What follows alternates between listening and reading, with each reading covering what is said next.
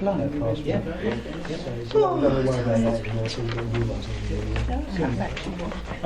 good evening everybody. Good evening. Thank you for coming this evening. I shall start by reading the emergency evacuation announcement. Should we be required to evacuate the building, would you please leave the building via the nearest available exit. There is one fire exit in this room. If you need to evacuate the room, do so by the glass door to the external fire escape staircase. Please hold handrails in case the stairs are wet or slippery. And if anyone is unable to use the stairs, would they please allow others to exit the room before they go to the fire escape door where they can be given assistance. Our assembly point will be in the public car park at the side of the Civic Suite. Please do not delay your evacuation to collect any belongings. Please do not return to the building until given permission to do so by council staff. Please also note that this meeting will be audio recorded, and if I can remind you to switch off your mobile phones or turn them to silent, please. Okay, item number 1 on the agenda, apologies for absence. We have received apologies from Councillor Gooding, Councillor Milne and Councillor Cannell. Any others? I don't believe there is. Substitute members, we have Councillor Merrick, substitute for Councillor Gooding, Councillor Mrs Lumley, substitute for Councillor Milne, and no substitute for Councillor Cannell. Item number 3, non-members attending, with Councillor Williams this evening. Item number 4, minutes of the meeting held on the 3rd of December 2019, which members should have had a copy of. Are members in agreement for those minutes to be signed? Great. Thank you. Agenda item number 5, to receive declarations of interest, including any whipping declarations. There are none. So that quickly moves on to agenda item number 6, which is emergency planning and business continuity. For this item we welcome Matt Harwood-White, Assistant Director of Assets and Commercial, Jeff Stacey, Emergency Planning and Business Continuity Officer, and Councillor Arthur Williams, Environment Portfolio Holder. This is the 3rd time the committee have received a report on emergency planning, which members should have all received a copy of and had time to have a look at. I believe, Matt, you are presenting the report this evening. I am, Chairman. So if you could, 4 members will normally just review talk through the report, highlight any areas that you believe the review committee should pay particular attention to, or any other points of interest, and then answer any questions at the end of it. Thank you. Thank you, Chairman. Good evening, members, and Happy New Year. Happy New Year. Just by way of introduction, and for Jeff Stacey, my colleague, just so you're all aware, Jeff's background and his role in the across the performance of the council. Jeff was actually with us back in the early 1990s. Originally, and his role then was the Essex County Council Emergency Planning Officer. He then moved into a more senior position there as the County Emergency Planning Officer, sort of lent back back to RDC, Rochester District Council in the 90s, also supported Thurrock and other district councils in their emergency planning. He also held other roles across Suffolk Emergency Planning, Go East and the Port of London Authority as well. So we're quite fortunate to have Jeff with us, and his experience sort of brought across the team a real mixture of sort of national, regional and district expertise, which has been certainly helpful in moving the service forward the last couple of years. Just by way of introduction of the report, which I hope you've had a chance to review, we followed a similar format that we have presented the reports in previous committees. So just to sort of highlight a couple of points in there that might be helpful. As I said, so we employ, the council employs the Emergency Planning and Business Continuity Officer, which is Jeff Stacey. That enables us as a council to meet our legislative requirements under the Civil Contingencies Act 2004.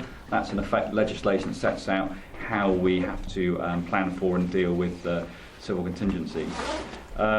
So that also sets out how we coordinate and cooperate with other responding agencies, planning for emergencies, to ensure that we can maintain services throughout any instance in the form of business continuity planning as well.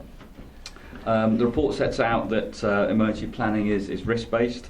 So in general terms, the greater the risk would receive the largest share of available resources. This is allocated for planning and preparation. Earlier reports, and this report alludes to how we set out our approach to emergency planning.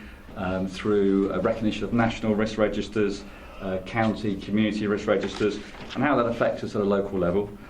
So in particular response to widespread emergencies, the council is more interested with dealing with, such as risk to the airport, flooding, the MOD activities on foulness, and other local coastal pollution issues, for example.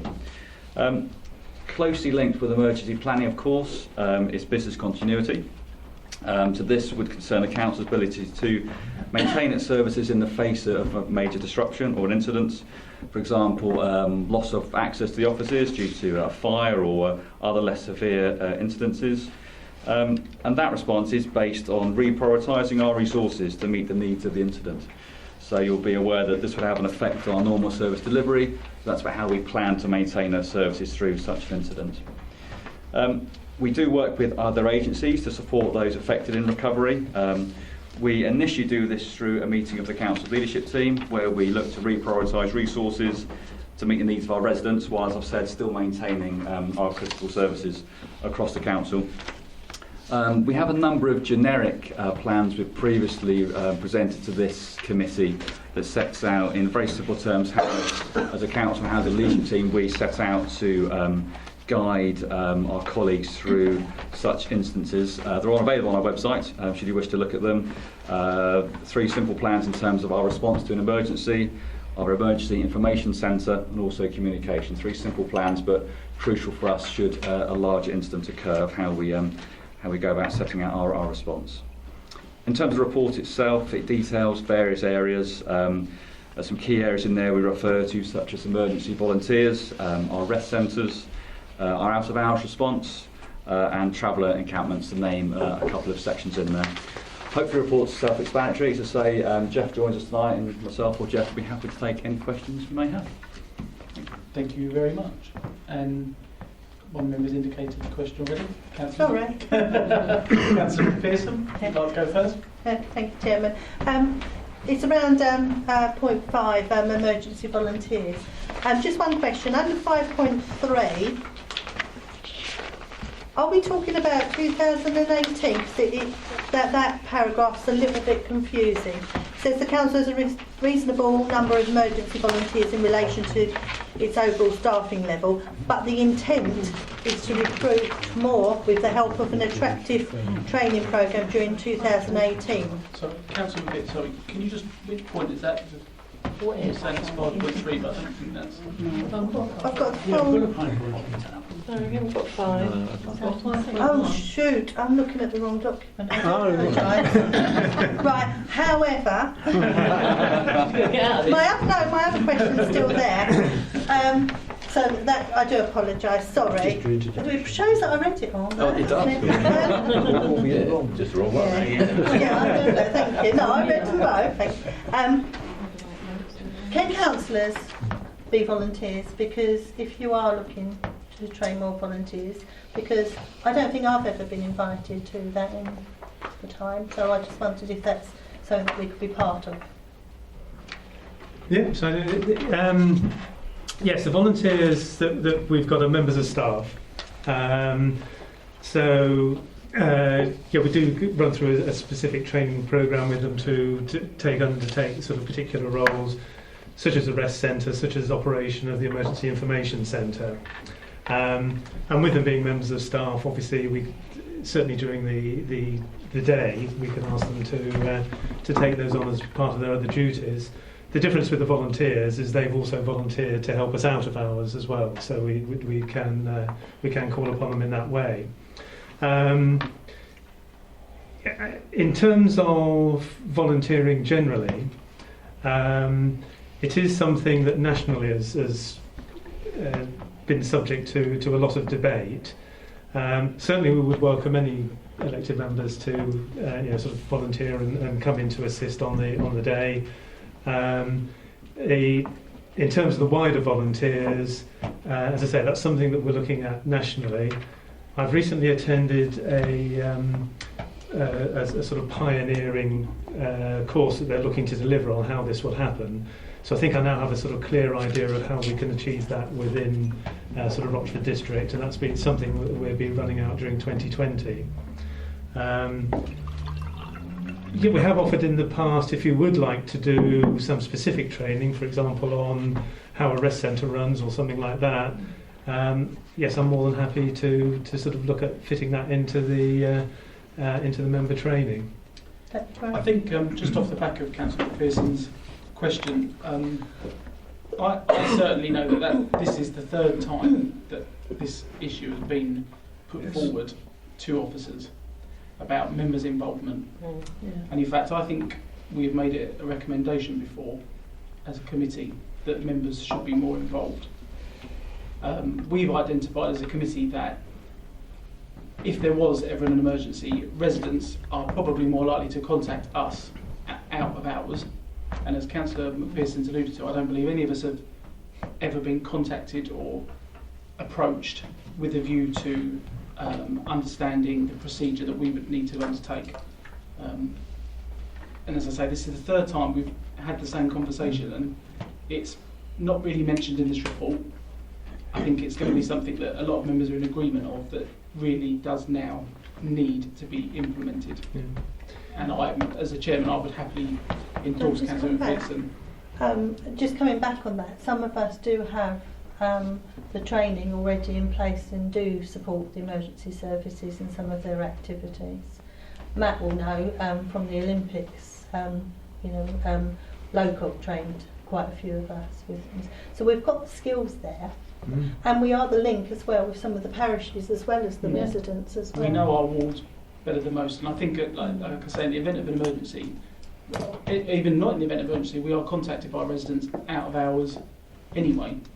And I think it's a real missed opportunity at the current time that you're not involving members more. Councillor Mrs Mason, you've indicated to speak. I don't know if that was on the same line of that. Councillor McPherson, yes, thank you. I can only endorse what Councillor Burton says. I can recall, and it must be a year or so ago, a very similar conversation where members felt they were being excluded from operating this. Now, for example, my ward, there have been 2 emergencies. One was a flooding and one was a severe gas leak with evacuations. On both of those occasions, I was notified by residents. The council never contacted me, which is not good, because there's 2 issues there. One is I had to find out and then go and investigate and ascertain what the problem was and try and deal with it. And secondly, I could not reassure or inform the residents. So I do think that there's a communication problem as well. So you've got the problem with members saying that they want to be volunteered, but when it's in their ward or in their vicinity, they should also be informed. So there's 2 issues there that I think need addressing and looking at further. So that's certainly, with the volunteers, you actually say that part of the project was the production of a joint training package used in late 18 and early 19. Is that ongoing? Because it's a year out of date now already. It hasn't changed. We've done minor updates to it, but yes, we can still use that. So that is still that's an ongoing process, because training normally needs to be reinforced, and I'm concerned that if it's emergency training, that happens so rarely that the training needs to be perhaps more vigorous than it would be for a routine practice. So yes, certainly, Councillor Burton, I think that's something we would ask. And Matt, you wanted to come back on that? We'll come back on, yes. Okay, thank you, Chairman. Yeah, just to pick up on the training side, I mean, that certainly is an ongoing piece of work. I mean, it's rigorous training, it's ongoing, and it's, as Jeff said, this was the first time all districts and boroughs been brought together in one formal single process. So it was, innovative training to make it very straightforward. It helped us with our cross-border working as well, in terms of we all had similar processes. So that's certainly the first time that's been done. But yeah, it's ongoing training, needs to be constantly reviewed. So we'll certainly that happens to matter, of course. If I could just come back in on the communication, if I could. I'm certain that the recess online from the previous meetings and the both meetings we had. And I've already checked the minutes and our own notes on what was produced, but we did produce a communications protocol, which was fully developed to work through the team about how working with members. We also did some member training with members about dealing with comms in an emergency. So this was around should a member have to be in front of the media, for example, how to deal with that situation. I believe it was the leader and the deputy leader, I think we did. But that's certainly something again. we Chairman put and Vice Chairman, according to the report Chair as and well. Vice Chair. Thank you. Yes, Yeah. so that was about how to, in a large incident, should they need to be speak to the press about how to deal with that. That was some very useful training, sort of running some almost sort of some scenarios, isn't it? Having some questions fired at you. Leadership team did that as well. Very, very useful piece of work. We can roll that out further, but there was some further work, correct me if I'm wrong, where we looked at in terms of communication cool down. So calling down through lead or deputy leader should a large incident occur. How we then fed through various portfolio holders and made those connections. So we can pick it up again. It was looked at. That's in place. We have that ability to do that. We can look at that further should we need to. Just picking up on communications in terms of how that's done as from an officer perspective through our out-of-hours service, as mentioned in the report. So tendering care line do that currently. So as you'll be aware, so any they can be contacted 24/7. They'll take the initial action. And most of the time they can deal with that either through at the time, or if it's not a full emergency, they can pass on to an officer next working day. They have a very detailed list of instructions for various instances that may occur. Anything from a car park lock into a faulty street light, anything that's already basically we would deal with, through to the more serious emergencies. If they can't deal with it at the time, they then call one of the on-call emergency officers who are available 365 days a year, out of hours as well, should they When need you to. say they would call, Yes, who are you referring to? tendering care line. Yeah, but who would call them? Who would call the emergency officer? Who would call out of office, out of hours helpline? Anybody, member of the public? Anybody at all? Where would they find that information out from? It's on our website, it's On on the website, all on our the signage. Can you tell me whereabouts is it on the website? Because I looked earlier. If it is on the website, it's really not easy to find. Okay. And compared to other websites, other council websites which I went on, they on the front home page they often have either a red box or a red somewhere that directs the person in an emergency, and you can click on that, and it's very, very clear. There are very clear instructions of what to do, and I can't find that on our website at all. Okay, we could look at that. And if that needs to be clearer. It's I think it's just with all the contact numbers. There's one for out of hours. But the whole point of this is, if there is an emergency, people don't want to be scrolling through a website looking for a contact number. It's depending on the nature of the emergency. I mean, if it's an emergency, then they ring 999. If they need that sort of response, they would ring the emergency services, not the council.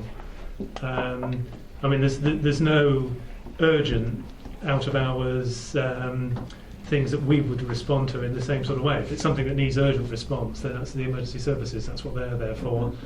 We're there very much more in a sort of supporting role. If there is a need for a company to be dealing with our emergency calls out of hours, then there should be clear instructions on how to contact them. No, I think at the point we can make that clear on the website. That's a simple fact. If that's not as clear as it could be, we can get that improved, certainly. Okay, Councillor Mr. Hoy.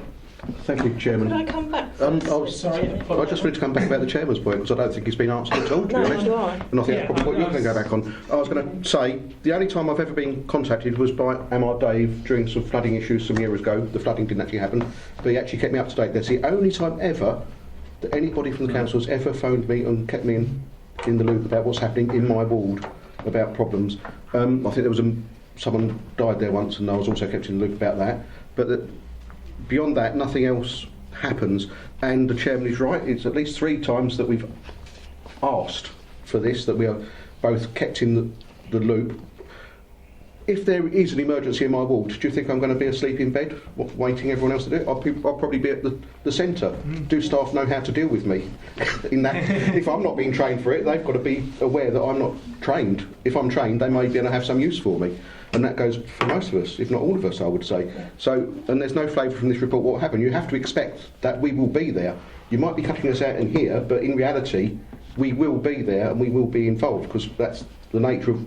That's probably why we're councillors for a start, because we like to be involved, we like to help. So you've got to recognise the fact that we will be there. And do you want us there untrained, or do you want us there trained? Yeah. I would think the latter of that. Sorry, Chairman, I was quiet. No, that's Think about that. With regard to the out of hours, can I just come on to that, because that was the other point I wanted to raise. yeah. I've had problems with this in the past. This report says nothing different to any other report I've read about out of hours. How often do you test the out of hours? Yeah, I mean what happens is basically it's sort of reviewed more or less every time they get a call in terms of how that's dealt with. Sorry, can I just say, how do you know if the call is answered? I've rung that line and not been answered. Yep. So this needs to be tested. I'm sorry, Chairman. I think I'm quite It's like a five-mile angry about this test, one yeah. because it does not work when I've used it 100%. I do get through sometimes. I've never managed to get through and something has been dealt with at that point. I've had people who are without a home or anywhere to sleep and I cannot get through. I understand I now have AED's numbers, so I now have a mobile from an assistant director and I'd probably phone that. But that's me. Members of the public, if they're out without contacting the council, what do? They're not going to phone 999 for a bed for the night, are they? If they've been evicted on a Friday evening at 8 p.m. This is the issue. I've also had issues of Watery Lane being blocked by fly tipping, which may be Essex County Council, but it's a crossover, and it was definitely a Rochford Council issue, which was then passed on to somebody else. The police weren't interested, and that got lost as well. And there's other occasions when I phoned up and there's been no answer. Sorry, I was angry about that as well. So I think the point is that I think it needs to be rigorously tested, and perhaps for future reports, maybe not this report, the information could be provided, how many calls have been made to that line, how many have been dealt with, or some idea for members with regards to response. No, I mean certainly we can take that away. We can look at do some analysis on that. We haven't been made aware of any calls that have been dropped out or missed, but We could try them if you want. we're hearing them out, so we can take that away. Yeah. Could I just, sorry, to briefly go back on the comms point, if I may.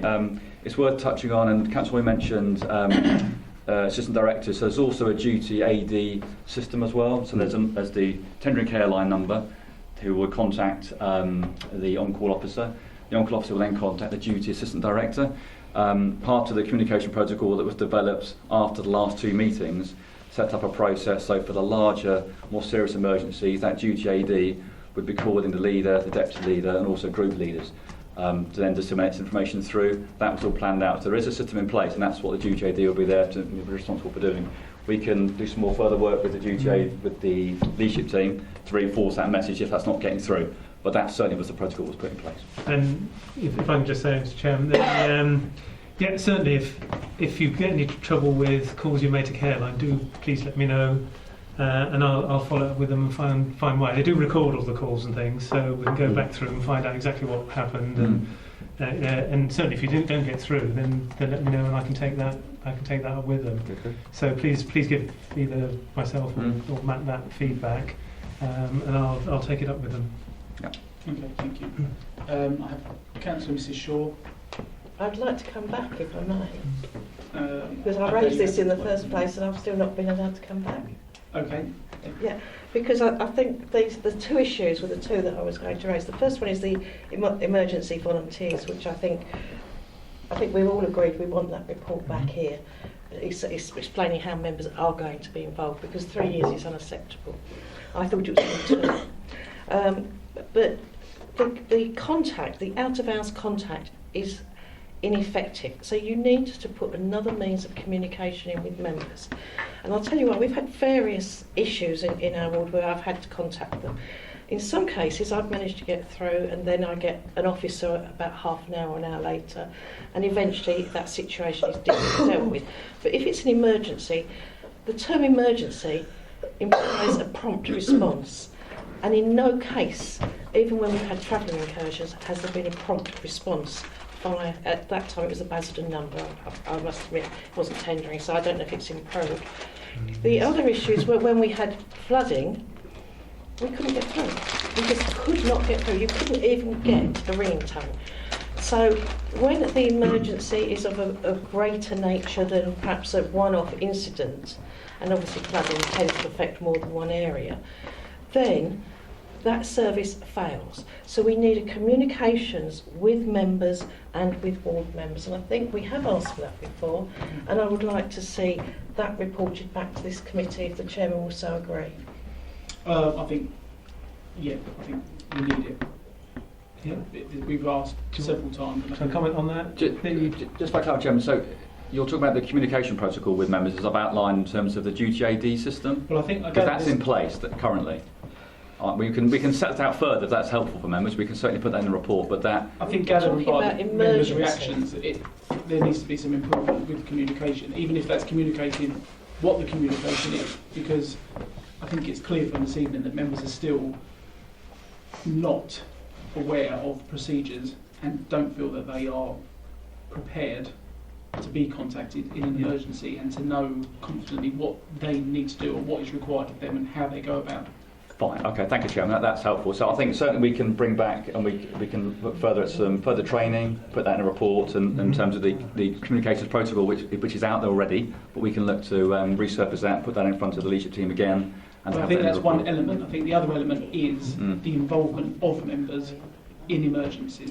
Gemma agreed. And I think that's what the training will pick up in terms of how we can do that. And again, we've looked at that previously, but we can do that again. More than happy to do that. And can we have the report back, Mr. Chair, please, without waiting perhaps another year?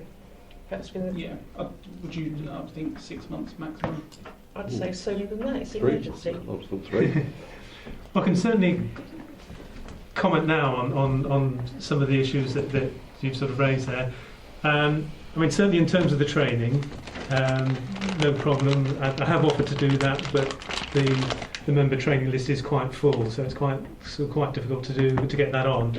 But if that is a priority, what we've done in the past is we've done general training on sort of emergencies and the response to emergencies, so I can do that again. And if you particularly want to do some more training on the communication side, we can do that again as well. So we can do both of those. That's not a problem. It's just a question, I think, of fitting it into the timetable. So, So, Chairman, is there Mr. any Chairman, this reason is why? incorrect. I'm sorry, I'm going to disagree with you quite strongly, because I was chairing the subcommittee for training. We went out over a year ago and again this year, and we asked officers and members for what they wanted us to training, what to consider. And at no time did member training for emergencies come up. That hasn't been put forward. It hasn't been put forward at all. I So, made the offer, so I don't well, it hasn't been communicated. That's all I can say. Chairman, we can certainly bring that back But, with some yeah, additional we training. can, yeah. Okay, well, we will come back to that in a minute because Who Councillor did you Mrs make the Shaw offer to? Councillor Mrs Shaw has got a question which I know she really wants to put to you. Yes, sorry. Well, look, going back, I was reading this report, and it's I've just gone into the minutes on the review on the 12th of June, 18, and it says that a similar session covering various aspects of emergency planning could be offered again to all members. Okay. Well, I notate every meeting we have and every training we have in my books, and it's never been offered back out to us, and that was 2018. So, I mean, as Councillor Mrs Mason said, it hasn't been offered to any of us on training, and I think this is remiss of us, because, as you've said, that we're the first port of call with residents. If we've got a problem, they come to us, and then we have to go and talk to we do the recognise guys, this, you know, on a thing. So we need to have proper training, and you've got to remember we've got new members of the council on here as well, so they obviously need training on it. That's what I was just going to say. Thank you. Okay. Councillor Mrs Foy, did you have another question? Not now, no. I've got a couple of questions actually about some of the content of the report, just for information purposes really. 3.1 says the leadership team continue with exercises to reinforce the way in which they respond to emergencies. The most recent was in October 19, which asked the leadership team to set a strategy to deal with a pollution incident in the River Crouch. That's perfectly acceptable. What I would ask is, who chooses of the exercises that you undertake, and how do you measure the success of those particular exercises? Just is it independently? Does somebody independently look at what happened and how we dealt with it? Is it are we just comparing them to, I don't know, some statistics or procedures, tick box exercise? How exactly are they measured when we undertake those exercises? Yeah. It varies depending on the exercise. Some it's purely, I mean, like the one we mentioned, the River Crouch. It's basically, I do an assessment and feedback on the response by the leadership team into how I feel that has sort of met the requirement. Some we will do a formal sort of debrief so we get people together and we run through what happened and why and what the response was. how we do it better next time, whether there's requires us to change our plans or anything like that. Some of the larger exercises that we get involved in are with partners. So we do the same sort of debrief, but it's then a multi-agency debrief, so that we've got opinions coming in from other organisations and other agencies. So you're getting that sort of level of independent assessment as to how we've done. So I say it depends very much on the. I mean, clearly on the you size are and nature of the you are exercise. very experienced in this area, so my comments are not meant to undermine your Yeah. experience or anything. But at any time, do you think that perhaps our responses or how we respond to them or how we look at them should be independently looked at to make sure that we are being rigorous enough? That's not a Yeah, reflection. no, as I say, we do get an independent view on our response with some of the bigger exercises that we do, because we've when we do the debrief, we're getting a partner view on our response and how we've responded to it. So yes, we do get that independent view. Okay. One other question I had, I noticed 3.9, because obviously you are touching on the IT side in this report as well. Mm-hmm. And we do talk about officers looking closely at cyber threats. Does the council have cyber insurance? I don't know if I need to declare interest, but I'm not specifically. I work in insurance, so it is an area that I'm very familiar with, and I would really think that is something. I wouldn't know, and my side of things is the consequence management. So if it fails, what do we do in terms of responding as Rochford District Council to not having any IT?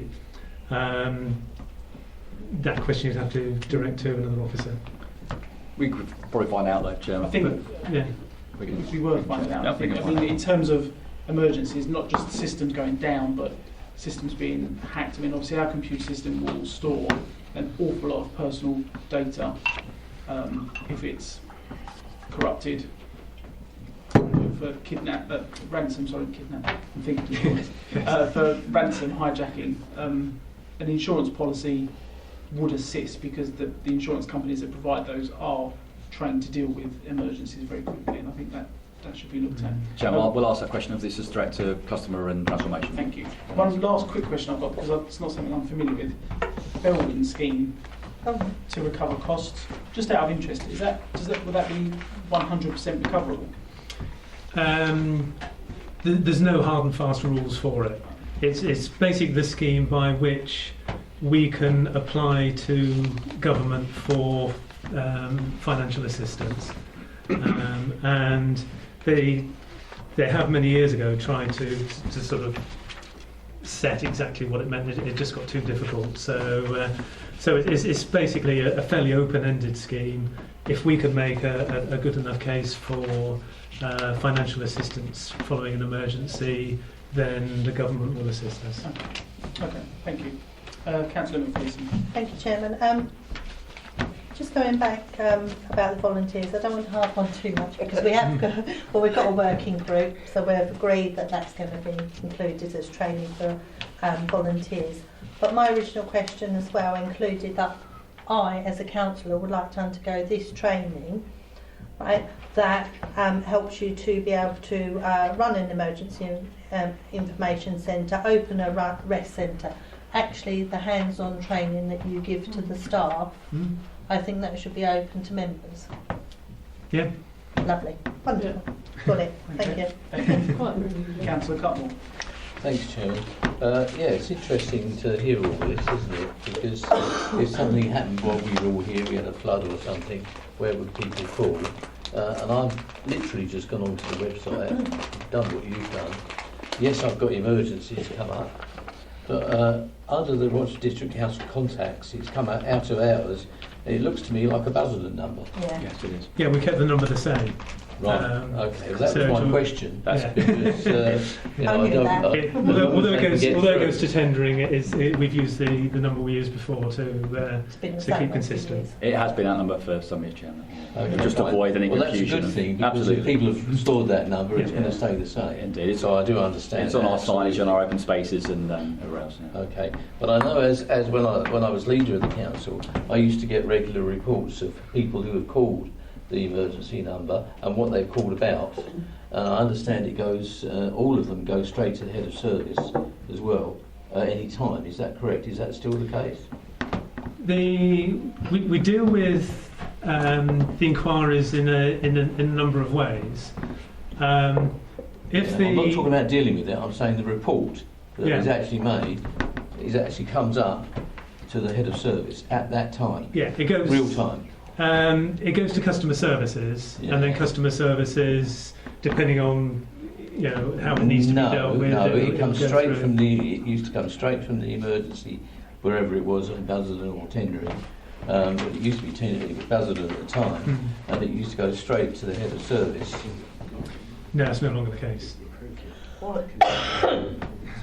I think it should, because if there's an emergency, the head of service should know about it. And if it could it's if there's a phone call to the head of service, yeah. I can just finish what I'm saying. Hmm. If there's a phone call to the head of service that is asking for a paper, or one of the emergency services asking about something, they should be fully informed. Yeah, sorry, as I say, we have these different sort of categories of calls that they take out of hours. If we're looking at an emergency call, then that goes through to the on-call officer. They would talk first of all to whoever is the duty assistant director. But if it relates to specific areas, then they would talk to the assistant director for that area. You're confirming what I'm saying. It doesn't go to the head of service. Well, we'd phone them to do it quickly. Yeah. You phone customer services? Jeff refers to out of hours emergency. Yeah. In that case, Hours officer. it would be a phone call. Straight away, it'd be a phone call from care line to the on-call officer to the duty AD to the MD or strategic director, and then from there out to leader and deputy and group leaders from in that direction. Just one last point, Chairman. It was quite difficult to find that number, as you found. I did find it in the end, but it took me 2 or 3 goes. No, we'd address And I know what I'm looking at. A lot of people don't. it. Yeah. Chair, we can take that action away. We can get that easily rectified. Thank you, Chair. It needs to be in red, or so it's in green at the moment. Any other questions, members? Doesn't appear to be. Okay, so the recommendation is that the committee resolves to note the contents of this report, which I think we can do. I think it's clear that members would like an updated report, and having spoken to Paul and looking at the work plan, April would be a good time, or a good time for us to bring that back, if you could, if you think that would be possible. I think that's doable. Yeah. Chairman, that's absolutely fine. Things that you do. Okay, are you clear with regards to what, or the main bits that people would want to see, or the committee would want to see in that report? Chair, I was going to ask for you to clarify. I think that'd be useful. From my notes, members have asked for information on training for members specifically around rest centres and our response to an emergency. That's what I'm hearing. Also information around our communications protocol, which was set up, so to relaunch that in the report as well, to raise that. Communication with members. Yes, Yes. Our communication protocol with members specifically, yes. Training. Yeah, I mean training. No, Training, In yeah, general, you mean? I think. yeah, training, yeah. training Dealing that with emergencies. we can actually be part of this Yeah. thing. But volunteer training, I think we're talking about. Yes. Correct? Yes. As opposed to So the same training training that- in the training sessions, which we can look at separately. If staff of the council are being trained, then It was volunteers. Then. Volunteers, Yeah, basically. no Yeah, reason why staff can members- step forward as volunteers, and so should we be allowed. and perhaps also, if you could also include in that report with regards to, I'm assuming you will go back and undertake a review of where the emergency number may appear on the website, whether or not you feel that could be moved to a more prominent position, if not, a reason why it shouldn't be. I'm sure that can be rectified if it's not, Yeah. but that needs to be. Anything else, members? Councillor Mayor? Thank you. Councillor Hoy also brought up the question of testing the emergency number. I mean, we test fire alarms and smoke alarms, and I do think that there should be a testing regime put in, and I'd like to see that encapsulated in the update. I'm not saying that it should be done every day or every week, but there should be random testing done so that you're happy that that system that you put in place works. Yeah, no, that's fine. And I would reinforce, if you do have problem contacting using the out of hours, then do let me know, please. Can I just come back on that? Sorry, Okay, yeah. Jeff, you've just said that if we, this is just made a mockery of it really. If we go to the emergency line and it doesn't work, who then do we contact? I can't ring you then. If we've got an emergency on a Saturday, I can't ring you in the office on a Monday and say the line didn't work when we've got an emergency. So who do we actually contact if that line's not working, please? Continue to ring it, because I say I'm not aware of there ever being any problems with the line. I mean, they have sort of about 50 operators. Okay. On various shifts and things like that. So there are plenty of operators there, plenty of lines. So, I mean, that was one of the things that we looked at in the tendering process, in terms of how they answered the calls and the staff they had available, the number of lines they could make available, that sort of thing. Which is why I'd be very surprised if people haven't got replies, and why I'd like to know about it. Well, St. Anyways actually look at that, but it is a significant organisation that deals with that, and it's not to provide that service not just for us, for others as well. So we can take it away and look at that if that's concerns we're hearing. I think I am concerned about that. It ended up, we couldn't get through. My husband at the time was on the council. We couldn't get through. We couldn't even get through to the police initially, though we did eventually. And we ended up in our Wellington boots, wading through floodwater, stopping traffic because it was aggravating the situation with the police authority. But at no time did we manage to get in touch with the council, or did the council communicate with us. Now that was, I would call, a serious, properties were flooded, it was a serious situation, and it was one that was deteriorating. So I think Councillor Shaw's got a very good point. I think there may be a number that we're going to flash up in prominence on the website, which there should be for residents, but there should be a secondary emergency number for members in case of need, because I'm certainly not, my confidence in the emergency number is rather lacking, which is why I think the point of testing might reassure us, and it may have improved since that time, and I'm hoping it has. But we're expressing concern, and perhaps one way of alleviating that concern, perhaps you could come back in April as well, with perhaps if the testing has proven our concerns unreasonable, that's fine, but it needs to be looked at. Matt, Chair, would just say we'll definitely take it away and we can do some testing on it. But I was just going to ask Mrs. Vale when that incident actually was, so we could actually check that. Gosh, no, it's some time ago now. A month or a few months, 6 months. Oh no, it's longer than that. It was when A number of years. Yeah, years. Yeah, that's what I'm saying. It's probably improved. Yeah, it's different company entirely. I mean, we've gone from in that 3 case, operators to 50. So. In that case, Chairman, I think it's important just to make that point that things have moved on since then in terms of the system that we're now working with now. There's a different provider. We'll certainly do some checks on it, but the system has certainly moved on from then and improved. But we certainly will do some checks on it. Okay, Councillor Mrs. White. Yeah, I just wanted to ask about the out-of-hours service. You say that you don't know of any problems for it. Have you ever phoned that line, say at 9 o'clock at night, to test it, or I'm not saying, or on a Sunday afternoon, to see whether the calls do get answered? How do you know that all the calls are going through, if you know what I mean? Yeah. No, I mean, I do. They report back to me on a regular basis. But you don't actually phone the line yourself. No, I mean, this was the testing regime that we were talking about. Right. Jeff and the rep, but the on-call officers during an incident would do. So I personally have called them myself when I've had incidents I've had to deal with. So the on-call officers would have to deal with them and have back and forth conversation. That's not a formal test. It's a real life event. So the officers, do they have the same number? Yeah, we call that number. Yeah. The on-call officer would phone that number to have that one-to-one, around the incident. So I've personally done it myself. Others have done it. But we completely hear members' concerns. We'll do some testing on it. Absolutely fine. Okay, thank you very much. Don't think there are any further questions. So if that report can come back in April and we're clear about the content. And then tonight, if the committee could note the contents of the report in its current form. Thank you. Thank you very much. Thank you for attending. Thank you. You're welcome to stay for the next item if you wish. Well, I depart. Thank you. Thank you. questions, Leo? Arthur not staying. None. Not a quick run.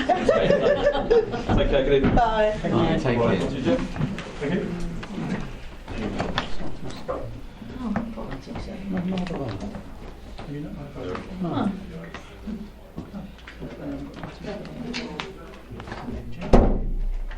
There's no report. Oh, there's no report. Right.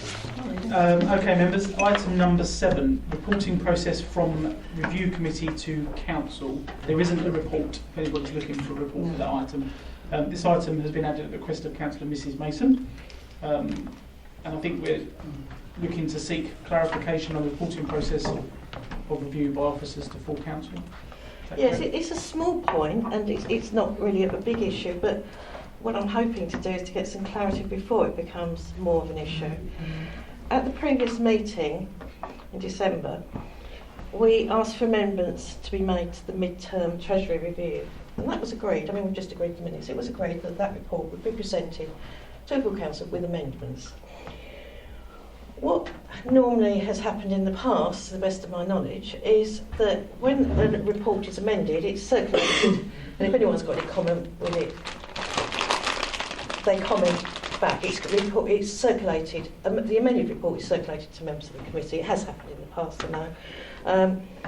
But this time, it didn't happen. So I wonder if the officer can explain why the report was not amended, but instead it was supplemented by an additional report, which is basically, from what I can see, a rehash of the minutes, which weren't at that point approved, with the amendments on it. So instead of having an amended report, there was a report that said this report is a report of the review committee that the review committee had not seen until it came out with the full council minutes. Now, okay, so we saw it at that point, but it appertained to be from the review committee, but we hadn't seen it. Okay. So just to clarify, the original report that we asked for amendments to was presented to full council then as an appendix. Yes. And in addition to the appendix were the additional was the additional information that we had asked the Section 151 officer. In addition to the original report, there was a whole lot of stuff that we hadn't asked to be presented to the council, which effectively is the minute.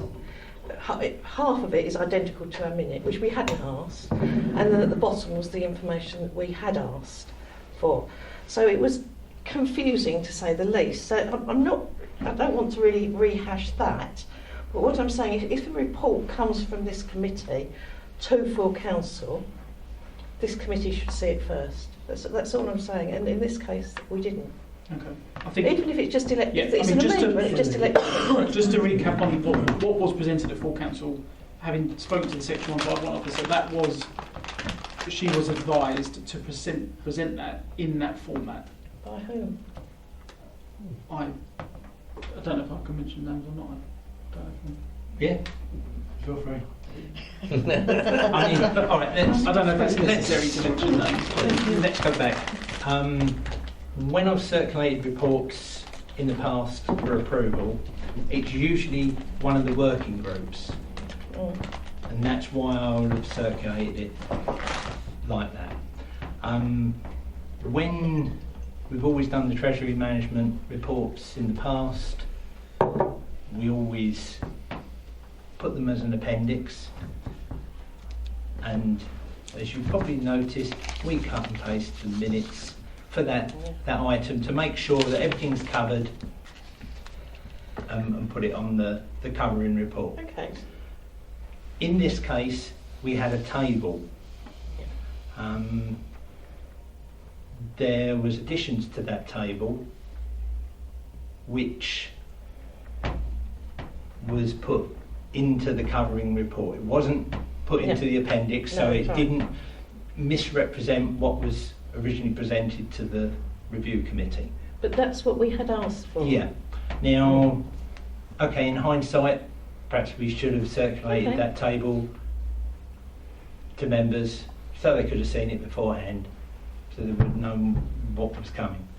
And okay, I'll hold my hands up. Yes, we didn't do it. Yeah. I haven't got a great issue about the fact that it wasn't done, that did cause some hiccups. But the issue is that perhaps going forward we could make sure that if a report says it is from the review committee, that it is from the review committee. It's as simple as that, really. I don't know how other members feel, but I just feel that if it says this is a report of the review committee, that we should have seen that before it's circulated to outside the committee. The only issue I would have is quite often we're up against the deadline.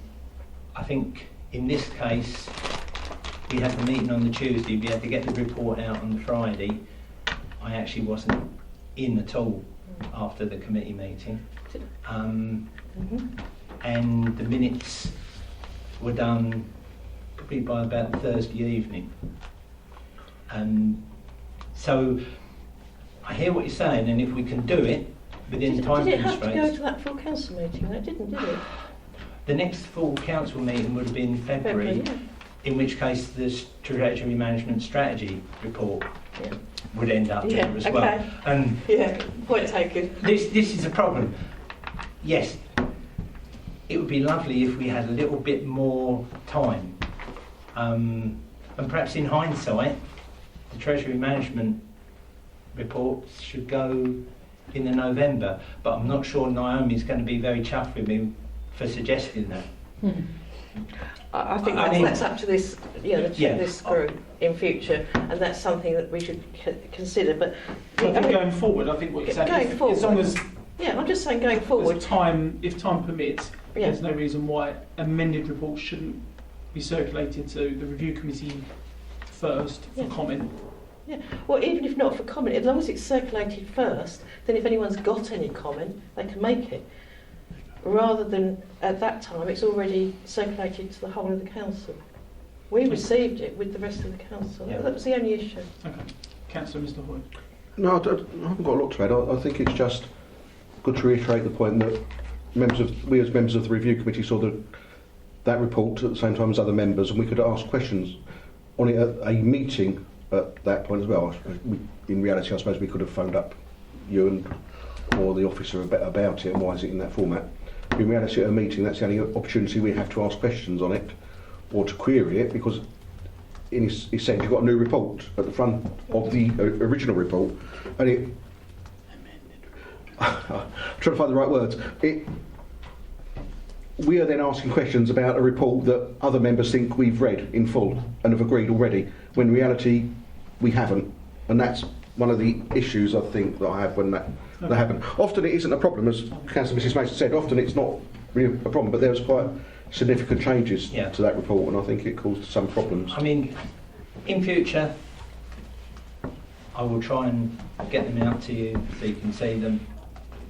You might find it a very tight times turnaround, and I'll say, but if you haven't come back within that time, then That's our problem. that's our problem. Yeah. But I'm quite happy to try and. I think under the Also, it cuts down the I amount think of work. members can understand perhaps why this one didn't quite go to plan. Also, just that chart would have cut down the amount of work that you had to do, because that's all we needed, really. But all we needed was the information that we'd asked to be amended. We didn't need the rest of this. I can understand why you've done it, I'm not criticising. Sometimes it's easier to give a flavour of what's been raised to show that the committee have actually considered that report. Because if I only just sent the table or put the table there, and then you could find other members going, well, it didn't ask many questions. But that's in the minutes. Yeah. So, I think there was I can understand why it happened, but I do think your suggestion of having the mid-term Treasury report in November is perhaps something that we ought to consider for the next cycle. Well, can we just continue? We did have at one point a subcommittee. Yeah, we did. And that made it a little bit easier because they were meeting midway.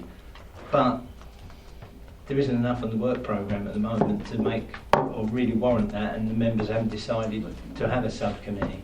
But we could do that next year. That's not a... So that's a consideration really for 2020 or 2021, isn't it? But perhaps you could make a note of it so that it's considered in the May Yeah. Okay, all members happy? Just it does actually come up on the work plan on the 4th of February. Yeah, that's the treasury management strategy, so that'll be the next one. And that's it. I have to point out that's even worse. Yes, I know. Because then they include it in the budget one. So you've got to be really quick. Paul, Yeah. Paul. Don't forget your TARDIS, Paul. Or the Okay, red wine. thank you, Councillor Mrs Mason. Thank you. I'm sorry if it seems a small point, but I did think it caused Well, it's been, we've clarified confusion. that. Okay, item number 8, key decisions document. Does anybody need a copy? No. Oh, sorry, I should ask. Yeah, I mean, there's not a lot on it. Brownfield sites, that's it. Yes. It's a bit deja vu, I'm afraid, from December. Because nothing's changed, nothing's been added. We're still on the brownfield sites. But that is due to be made this month, so it'll clear it. Anyway.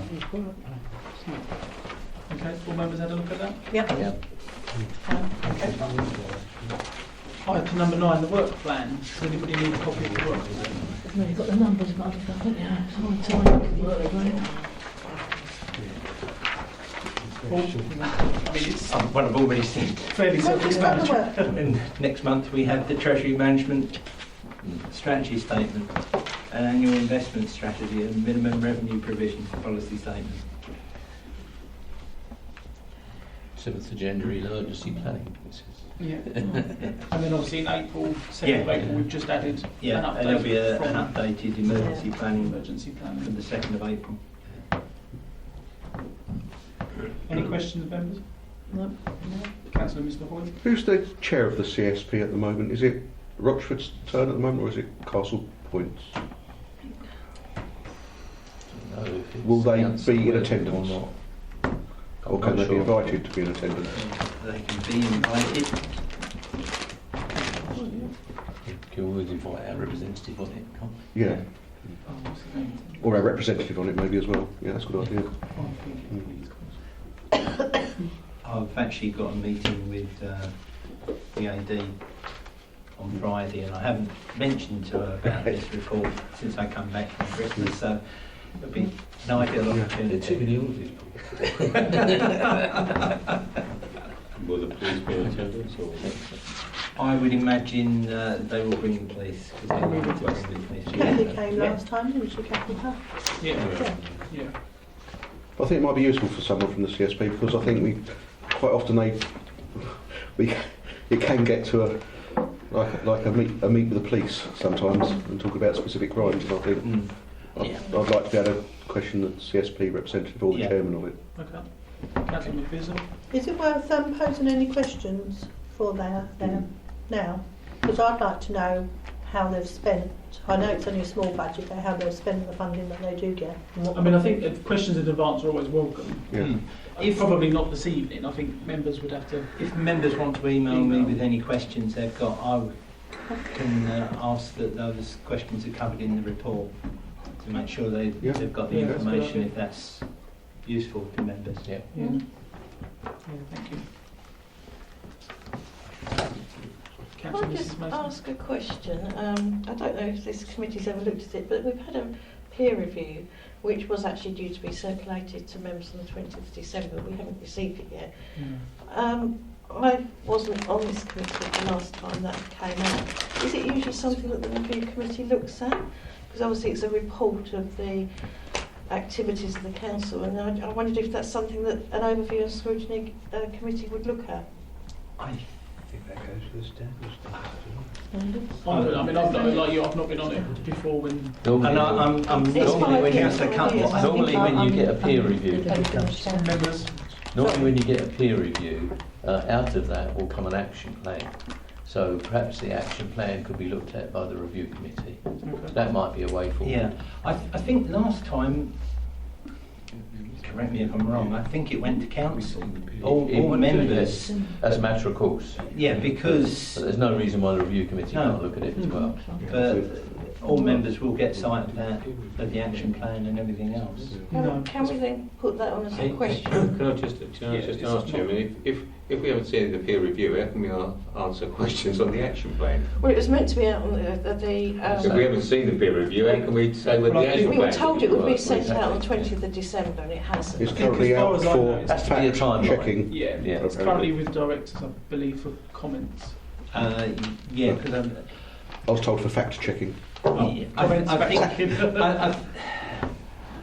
I think the way it works, they send the first draft letter in, and officers get a chance to comment whether that's correct and pick up any detail. I think that's how it works, but I'm not. Because you've got an outside body looking at you, sometimes they don't get all the facts correct, and so you do need a sort of. So this is a window of Supervision. opportunity to correct anything Yeah, that well, is for factually. the factually ADs, correct. yes, but once the action plan comes out, then I think that's the sort of what you would criticise or look at if you like to see if it's the right way forward. And are you who produces the action plan? Is it us or is it the outside body that produce it for us or make No, recommendations? it is the council that produce that from the information, but there is agreement with those sort of the head of the peer review that Okay. that it sort of follows through with their recommendations, if you like. But they're only recommendations. That come. Yeah. Thank you for your comment, Dave. He obviously knows what's in it. Well, I think that sounds a good suggestion. I think if members are in agreement that perhaps we try and have a look at the action plan At the when it's proper available. timeline. Yeah, because I'm not quite sure when that's going to come out. Okay. Okay, members, thank you very much. Thank you. Thank you. Thank you, everyone. I'm trying to look at